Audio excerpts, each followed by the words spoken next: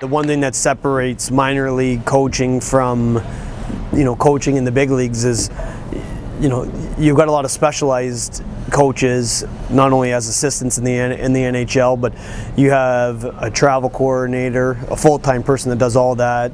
You have people that take care of every little thing that the players need, and the coach is pretty much a guy that walks in the room. The players don't see him a ton, or there's not a lot of communication on other things in life. So for me, and every coach at this level, we wear the GM hat.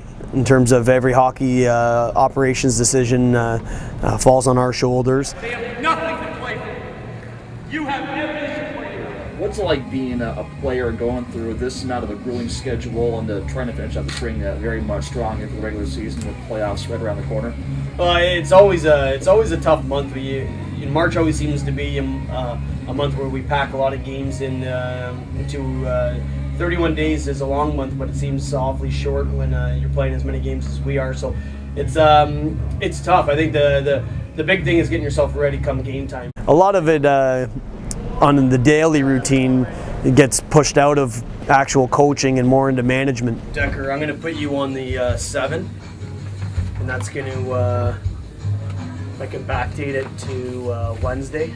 So Wednesday, Thursday, Friday. The paperwork element is really tedious. There's just a lot that goes into it because every day you have to be under the salary cap. You only have a certain amount of players on your roster, and then you've got to time IR days. Like today I put Nathan Deck on the IR, but I needed to make sure that he would be eligible to come off on Wednesday. So if I would have waited a day to do that, he wouldn't have been eligible for Wednesday. Putting Tony on the 21, he served his time, so he can come off any time. He feels like he's ready, and then I kind of got on him about being in shape.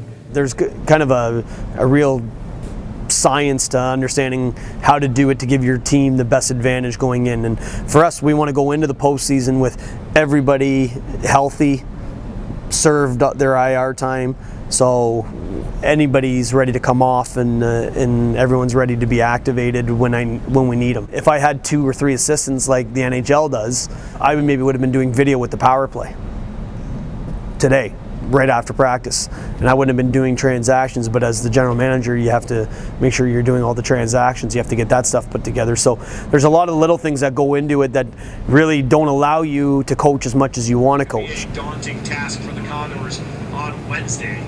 They just rolled Colorado in a 5-game series.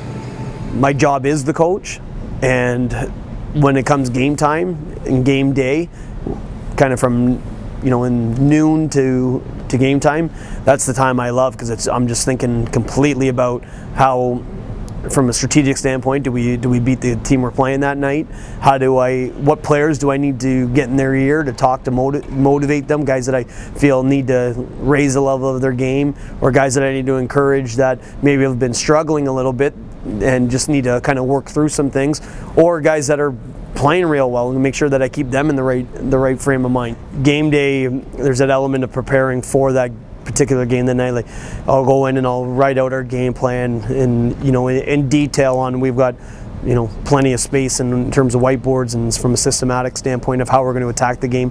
Where the non-game days are mostly spent in terms of management. I'll be looking for some recruiting stuff. Yum yum yum yum yum. Yum yum yum yum yum. You want more?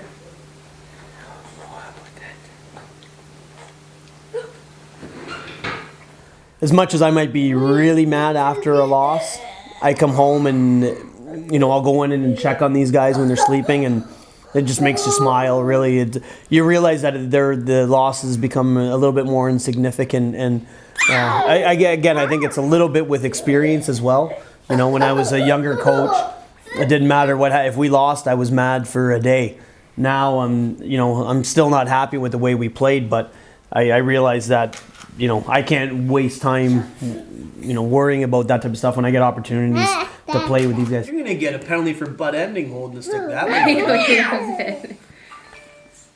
You gotta turn it over. Yeah, there you go. You turn it over like this. Whoa. Hold it like that. Yeah, there you go. Before kids, I would work and I kind of would, just made sure that I had my own thing going on. Now that I have these two, I'm fairly busy.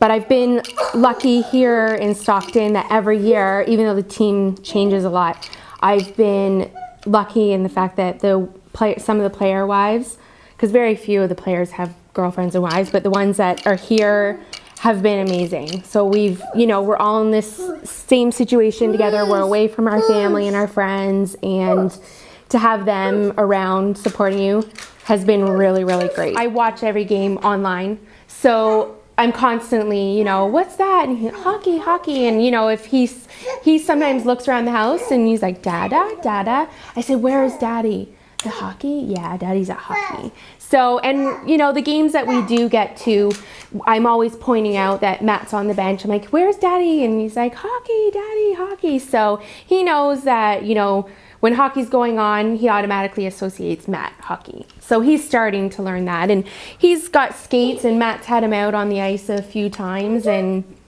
he's, the first couple times, he did not enjoy it very much. And now he wants his helmet on, he wants his gloves on, he wants his skates on, and he wants out there. So there's hope. As much as Andrea does pretty much everything for all three of us, there's just times that when I put them to bed, I've got to get the computer out, or there'll be time. That's why we've got that little DVD player with them watching thing, because we might be watching one thing should be watching one thing on TV. They want to watch their little shows on the DVD player, and I'm watching, our next opponent on the computer watching the game. So pre-scouting. You said that quite nicely. Now you better go. T-Rex is no kitten. I think you should know. This is their very last game. So I watched a lot of our last game against them, but I did that yesterday. So I've got a lot of. It depends. Obviously teams play other teams a little bit different based on what you do consistently. So Odie would know how we would play.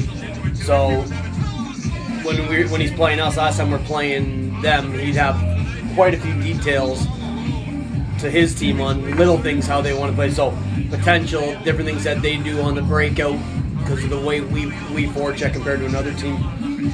So sometimes it's good to see what other teams are doing, how other teams are playing. There's no in between on that play, and there's no in between here. There's not, is he going to get it? I'm going to come here, get here, then get here if we win that battle. We can't have you guessing and him going and him losing the battle, because he's got a good shot that he might lose that. It's not 100% that one all the time. This should be 100% our recovery.